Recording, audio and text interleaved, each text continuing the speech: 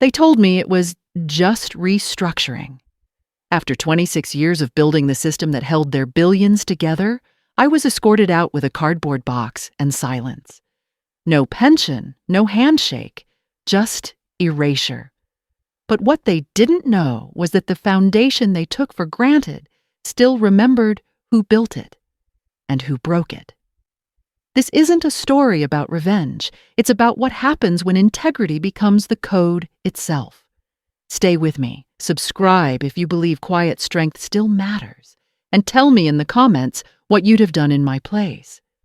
I still remember the smell of that room, the sterile chill of filtered air, and the faint tang of burnt coffee that had sat too long on the warmer. 26 years in the same building, and that morning felt like I was walking into someone else's life. The HR rep wouldn't even look me in the eye. Evan Dorsey, the new Chief Innovation Officer, stood by the window pretending to scroll through his tablet, his reflection smug against the skyline. "Janice, this is nothing personal," he said, his voice rehearsed, almost sympathetic. "We're shifting toward automated infrastructure management.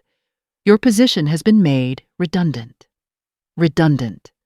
I'd built the data backbone that processed $11 billion a day through Meridian Capital's trading network, but apparently I was now redundant. I didn't ask for explanations or extensions. I just asked one question. Effective when? The HR rep's fingers trembled as she handed me the envelope. "Today." She said it softly, like it might hurt less that way. I took the paper, read the first line, and knew immediately what this was about. My stock options would have vested the following Friday. 1 week. That's all it would have taken for me to secure what I'd earned over 2 decades. They knew that. This wasn't efficiency. It was economics. I looked at Evan, his sharp navy suit, his perfect hair, the kind of man who loved slogans like "move fast, fail forward." He didn't understand that what he'd just done wasn't bold. It was careless. I had warned him months ago that the system couldn't be replaced with an algorithm designed by consultants who didn't even understand its logic layers. He smiled and said, "Technology evolves, Janice. People have to, too." That morning, he finally made sure I couldn't. I signed the papers, placed my ID badge on the desk, and slid my access card across the table. The scanner light flickered green one last time as I left the building. No one stopped me. No one thanked me. I didn't cry. I didn't look back. My hands shook slightly when I reached my car, not from sadness, but from something colder, clarity. I had spent 26 years holding up a structure that no one respected until it threatened to fall. And now, for the first time, I wasn't the one holding it. I sat behind the wheel, listening to the hum of traffic, and felt a stillness hadn't known in years. I didn't rage or plan. I just knew that when you build systems that protect integrity, those systems don't forget who they were designed to trust. They don't respond to the wrong hands. And one day, Evan Dorsey would learn that. Not because I'd teach him, but because the architecture would. As I pulled out of the parking lot for the last time, the city stretched ahead, new, uncertain, alive. I didn't go back. I went in a different direction. In the days that followed, silence became my only company. My mornings no longer started with trading reports or performance dashboards, but with the sound of my own thoughts, unhurried, measured, dangerous in their clarity. For the first time in years, I didn't have to defend my own work. I just had to understand what I had allowed to happen. Meridian Capital had been my second home, but homes can rot quietly under new owners. I had watched that rot spread long before my final day.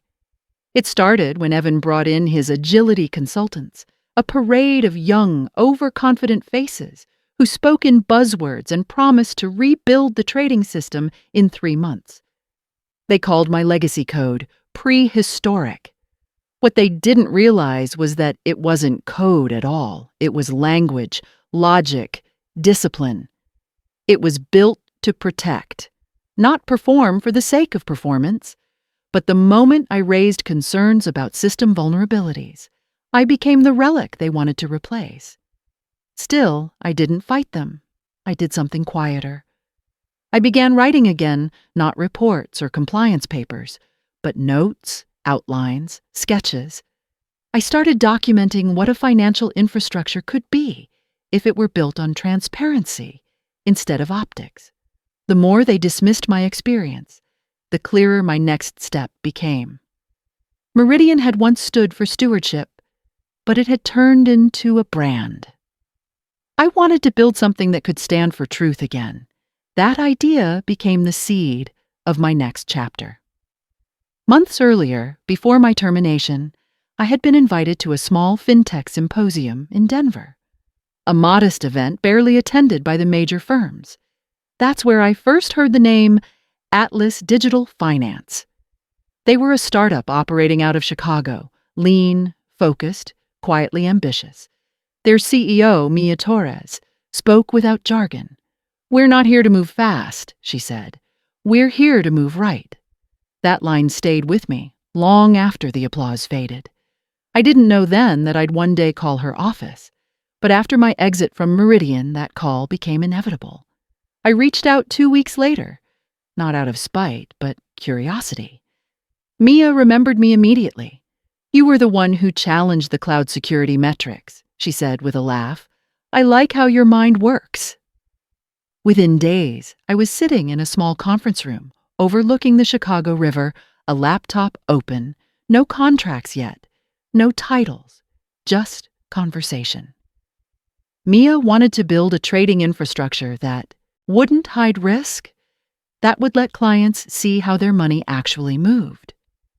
"Every system we've tested has black boxes we can't audit," she told me. "We want something that tells the truth, even when it hurts." I looked at her across the table and realized she was asking me to finish what Meridian had made me start. "If you want transparency," I said, "you can't buy it off the shelf. You have to build it from scratch." And so we did. I didn't tell her how much of my experience came from a system that had been stripped from me. I didn't need to. What I brought wasn't code. It was principle. Atlas didn't ask for loyalty pledges or culture workshops. They just listened. They let me rebuild, piece by piece, a cleaner version of everything Meridian had corrupted. I wasn't building revenge. I was building evolution. Every late night in that small, cold office was a reminder of what freedom actually felt like: to create without fear, to innovate without politics, to design a system that could survive not because of people, but because of truth. That was the moment I knew the war had already begun. Not with headlines or lawsuits, but with something quieter: creation. Atlas Digital was nothing like Meridian. There were no marble lobbies, no floor-to-ceiling mission statements carved in glass, no buzzwords about innovation plastered across walls. Just a handful of people, a cluster of servers, and a sense that what we were building actually mattered. I worked under a consulting alias at first, RowLogic Systems, quietly, anonymously. No one at Meridian would have guessed where I'd gone, and that anonymity was my armor. At Atlas, I didn't need to defend my legacy or prove I still had value. I just needed to build. The codebase I created for them, Athena Core, wasn't a mirror of Meridian's system. It was its moral successor. Where Meridian's logic rewarded risk and opacity, Athena thrived on traceability.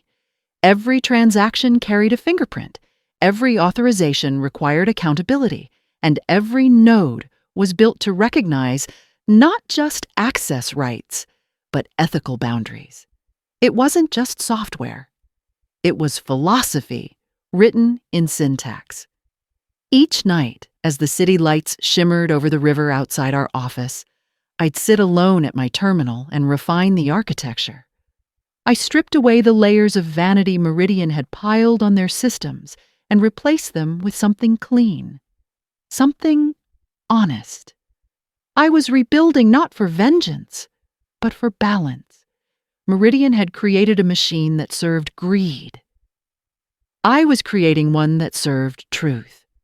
Word spread slowly about Atlas. Their beta clients, regional credit unions and mid-sized brokerage firms, loved the transparency. They could see audit trails in real time, a feature Meridian's executives once called a waste of computing power. As Atlas grew, I watched from the background, letting Mia take the spotlight. I didn't need credit. I had already learned what that was worth. Meanwhile, the financial press started noticing Atlas's rise. The quiet challenger in transparent trading, one headline read. The irony wasn't lost on me. Meridian used to call itself the future of financial clarity. I wondered if Evan had seen the article. He probably dismissed it as noise, just another startup nibbling at the edges of his empire. But I knew better. Empires fall the same way they rise, quietly, then all at once. What Evan couldn't see was how similar the architecture of our systems still were.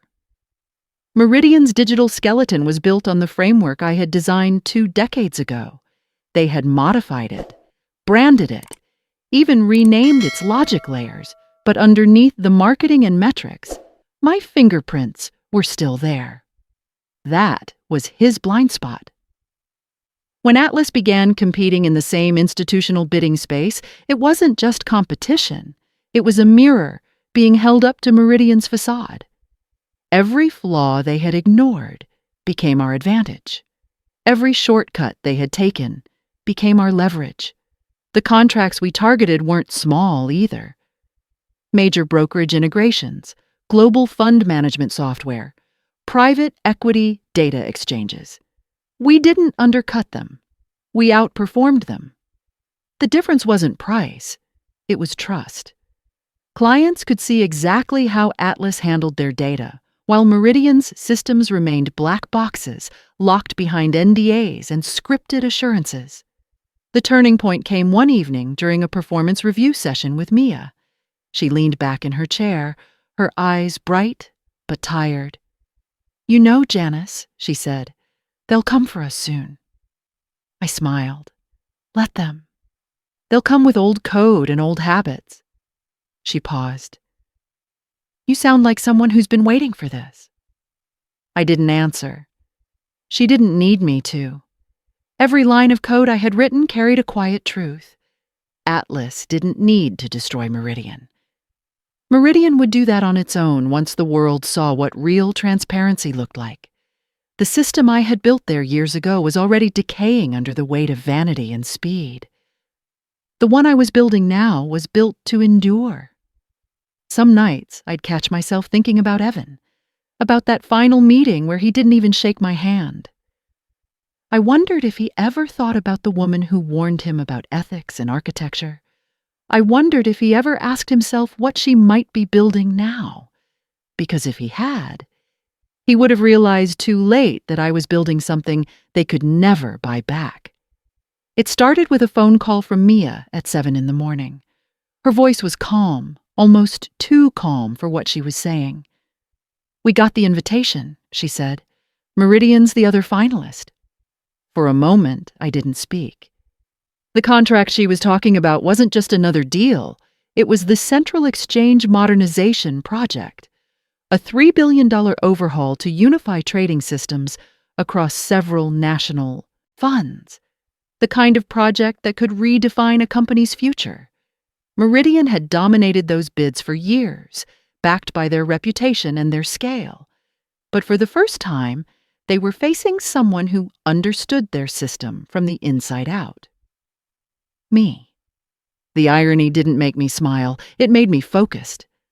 I spent the next 2 weeks buried in data with Atlas's engineering team, preparing our proposal. I guided them not just on what to present, but what Meridian would try to hide. I knew how they marketed their technology: buzzwords, layers of misdirection, graphs polished by consultants. Their infrastructure still ran on the same foundation I'd built, patched with hurried upgrades that sacrifice logic for speed. That would be their downfall. Ours was built for resilience, for transparency.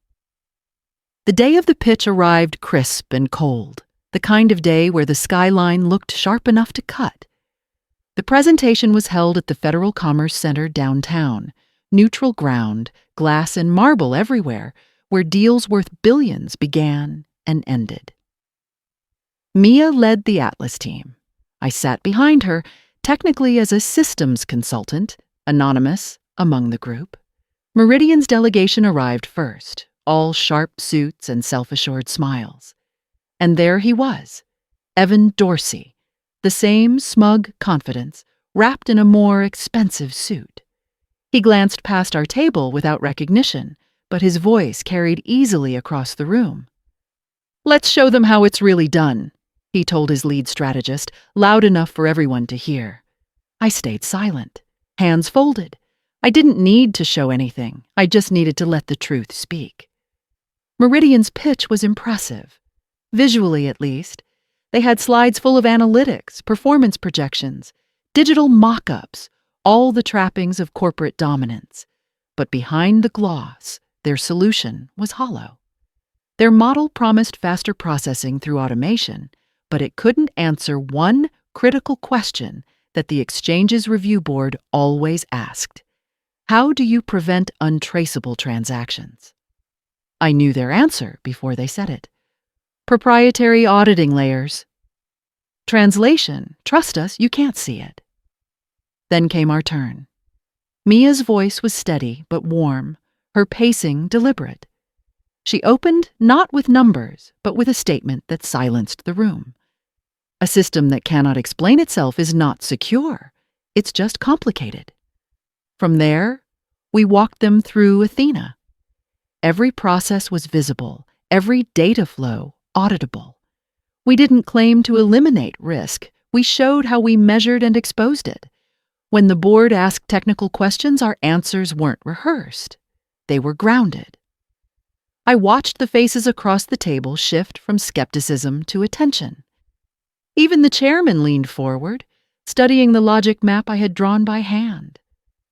Meridian's team began to fidget. Evan interrupted twice, trying to undercut our claims with jargon, but Mia handled him with precision. "Our system doesn't need interpretation," she said. "It needs accountability." The silence that followed was the kind that decides futures. When the session ended, the board thanked both teams and said results would be announced within 72 hours. We left the room quietly. No high fives. No celebration. But I knew. 3 days later, the results came in. Atlas had won the contract. The announcement spread across the industry within hours, shaking investor networks and boardrooms alike. Meridian's stock slipped 2% before noon, but it wasn't the numbers that mattered. It was the realization. They had lost to the very architecture they once dismissed. Late that night, Mia forwarded me an internal press release from Meridian. The language was corporate, sterile, desperate. "We congratulate Atlas Digital Finance on their selection for the Central Exchange project." But at the bottom, in the attached image, I saw a photo from the pitch event. Evan was staring toward our table, his expression mid-turn, caught between recognition and disbelief. He knew. He finally knew who had built what he'd just lost. The calls started the morning after the announcement, first from an unfamiliar number, then another, then one I recognized immediately, Meridian's corporate line. I let it ring. By noon, there were 11 missed calls, 4 voicemails, and 1 email with a subject line that read, "Urgent. Confidential discussion request." I didn't need to open it to know what it said. When a company loses what defines them, they go straight to the one who can make them feel in control again. Evan's name appeared in my inbox at 1:06 p.m. sharp. "Janice," it began. I think we can both agree the last few months have been challenging. I want to discuss an opportunity to collaborate again. Meridian is ready to make things right." I read it twice, not because I needed clarity, but because I wanted to see if guilt ever sounded different in print. It didn't. I closed the laptop without replying. By evening, Mia came into my office with her phone in hand, brows raised. "They called me too," she said. "Offered a strategic partnership." Their words. I laughed quietly. "That's not partnership, that's panic." She smiled, but didn't argue. She knew what I knew. Meridian wasn't built to apologize. It was built to recover, and when recovery wasn't possible, it resorted to bargaining. Over the next week, the tone of their messages shifted from cordial to desperate. "We're prepared to restore your benefits package," one said. "Full reinstatement, senior title, signing bonus." The message ended with a number I hadn't seen in years. 7 figures, almost double my retirement package. I stared at it for a long time, remembering the sterile room, the coffee-stained conference table, the way Evan had avoided eye contact when he told me I was redundant. And for a brief, fragile second, I wondered what it would feel like to walk back in there, not as the relic they discarded, but as the one they now needed. But that thought died as quickly as it came. I didn't want back what they took. I wanted peace from ever needing it. So I deleted every message, one by one, until my inbox was clean. That night, I logged into my professional profile and switched my LinkedIn status to private. The next morning, I woke to a silence I hadn't known in years. Not empty, but complete. They could call, they could offer, they could scramble to rebuild the foundation they had cracked with their own hands. I wasn't waiting for an apology anymore. The best revenge is not returning the call. Weeks passed, and the noise around Meridian's loss began to fade from the headlines. Atlas was everywhere now, industry articles, client showcases, conference panels. Our name had become synonymous with the word trust, and that, more than the contract, was the victory that mattered. But for me, the success didn't feel like triumph. It felt like closure. I didn't check Meridian's stock. I didn't care about their restructuring announcements or the whispers about Evan's leave of absence. I had no appetite for watching their undoing. What I wanted was distance, space from the version of myself that had once believed loyalty was a shield. I spent my mornings at Atlas differently now. No crisis calls, no political balancing. Just work that mattered. Mia often joked that I was her company's conscience, but the truth was simpler. I was proof that conscience still had value. The plaque she gave me sat quietly on my desk. Integrity is the architecture. It wasn't decorative. It was a reminder. Meridian hadn't failed because of me. They failed because they built a future on speed, shortcuts, and slogans, instead of principles. They confused momentum for progress. What I did, what I always did, was design systems that refused to lie. That's not revenge. That's design justice. One afternoon, Mia invited me to the rooftop terrace overlooking the river. The city was soft in the late light, its glass towers reflecting gold. She handed me a sealed envelope. "This came from the Central Exchange Committee," she said. Inside was a commendation letter recognizing Atlas's commitment to transparent systems. At the bottom was a line that caught my eye, the architect of accountability, Janice Rowe. I traced the ink with my finger, smiling faintly. I never wanted my name in the headlines, but seeing it there, tied not to revenge, but to integrity, felt like balance restored. As the sun dipped behind the skyline, I thought of all the people who had commented on our story online, those asking if I'd done it for revenge, or justice, or closure. They didn't understand yet that the most powerful revenge isn't an explosion, it's evolution. It's building something so stable, so quietly correct, that the people who broke you have to live in the shadow of what they threw away. Meridian would survive, maybe even rebuild. But they'd never regain what mattered: the trust of the system itself. That wasn't something they could code back in. That was written into the foundation. I took a deep breath, letting the sound of the river fill the silence. For the first time in decades, I wasn't holding anything together. I was simply existing, content, unburdened, free. They thought firing me would erase what I'd built. But systems, like people, remember the truth of their architecture. I didn't destroy them. I just outgrew them. Every time a version of this story reaches people, the same questions appear in the comments. Did I break the law? Was it revenge? Could something like this really happen? The truth is quieter than the headlines suggest. I didn't hack Meridian or sabotage a single system. I didn't touch a line of their code after they let me go. What happened to them was already written long before my exit, in documentation, in policy notes, in the ethical safeguards they chose to ignore. When they removed the person responsible for maintaining the trust layer, the system simply stopped recognizing them. It wasn't vengeance. It was logic. People also ask if I ever felt bad for the employees who lost their jobs when the fallout hit. I did. I always will. They weren't the problem. The system of arrogance above them was. But guilt doesn't erase the truth. You can't build anything that lasts if you cut corners to protect pride. Another common question: would I do it again? I think about that sometimes. Not the humiliation, not the loss, but the quiet aftermath. The stillness that comes when you know you did the right thing, even when it cost you everything. Yes, I would. Because if integrity doesn't survive under pressure, it was never integrity at all. And maybe that's the part most people miss. This story isn't about revenge. It's about accountability. I didn't destroy a company. I simply built something better and let time do the rest.